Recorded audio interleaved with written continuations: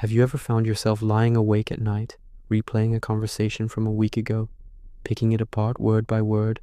Or maybe you've spent hours, even days, agonizing over a simple decision, creating a storm of what ifs in your mind.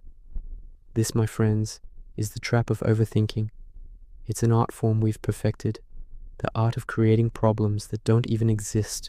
We tell ourselves we're just being thorough, that we're trying to find the perfect solution or prevent a disaster. But what are we really doing?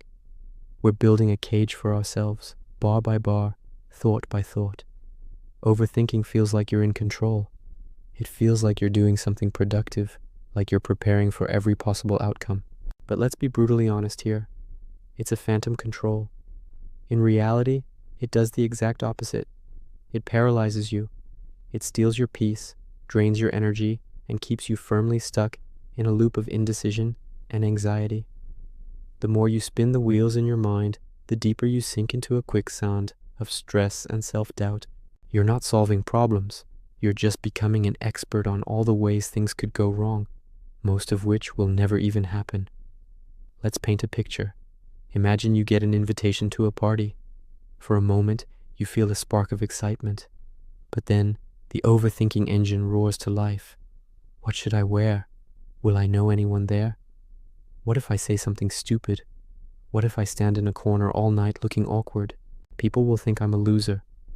Suddenly, this potential opportunity for fun and connection has transformed into a terrifying ordeal.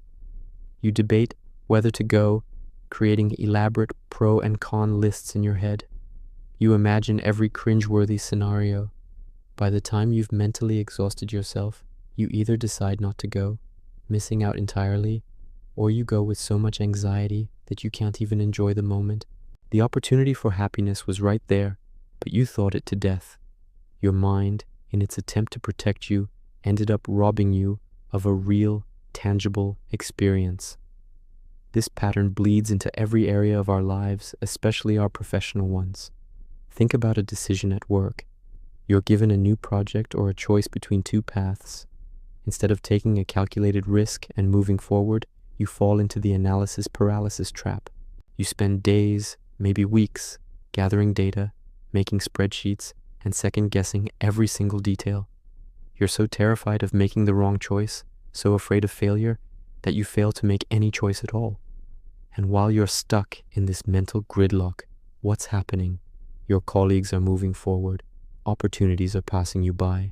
That simple decision, had you made it and acted upon it, could have been a stepping stone for growth, learning, and building confidence.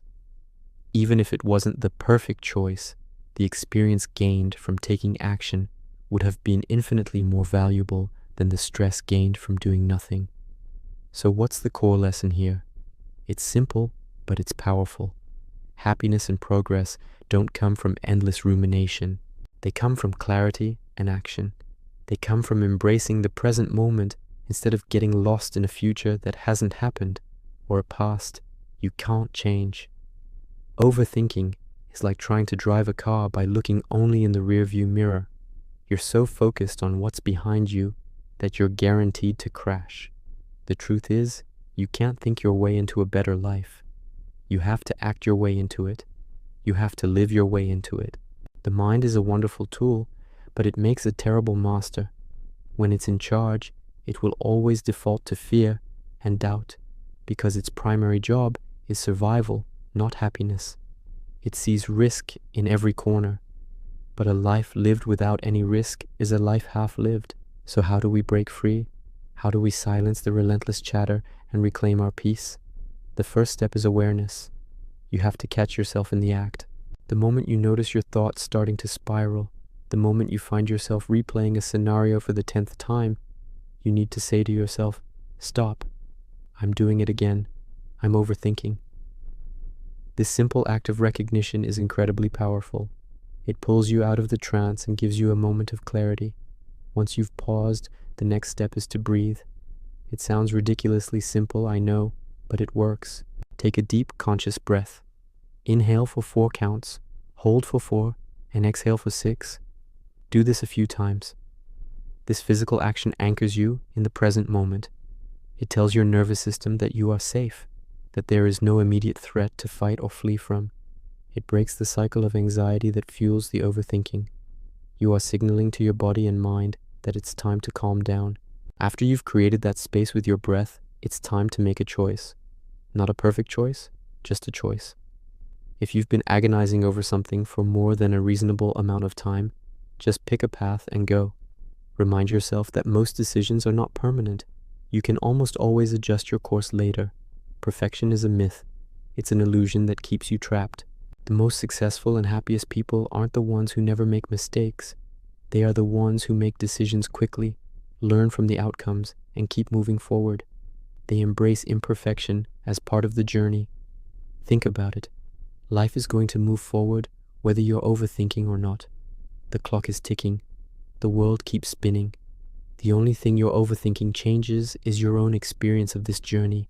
Do you want to experience it from the sidelines, trapped in your head, full of regret for the things you didn't do? Or do you want to be on the field, in the game, living, learning, and truly experiencing all of it? The successes, the failures, the joy, the messiness. Choose action. Choose the present. When you feel that urge to retreat into your mind and analyze everything to death, challenge yourself to do the opposite. Send the text. Make the call. Start the project. Go to the party. Accept that you can't control everything, and find the freedom in that.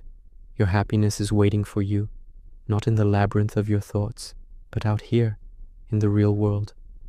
It's found in the small acts of courage you take every single day. So take a breath, make a choice, and step into your life. Thank you so much for watching. If this resonated with you, please hit that like button and subscribe for more content on living a more conscious and fulfilling life. I'd love to hear your own experiences with overthinking in the comments below. Let's support each other on this journey. See you in the next video.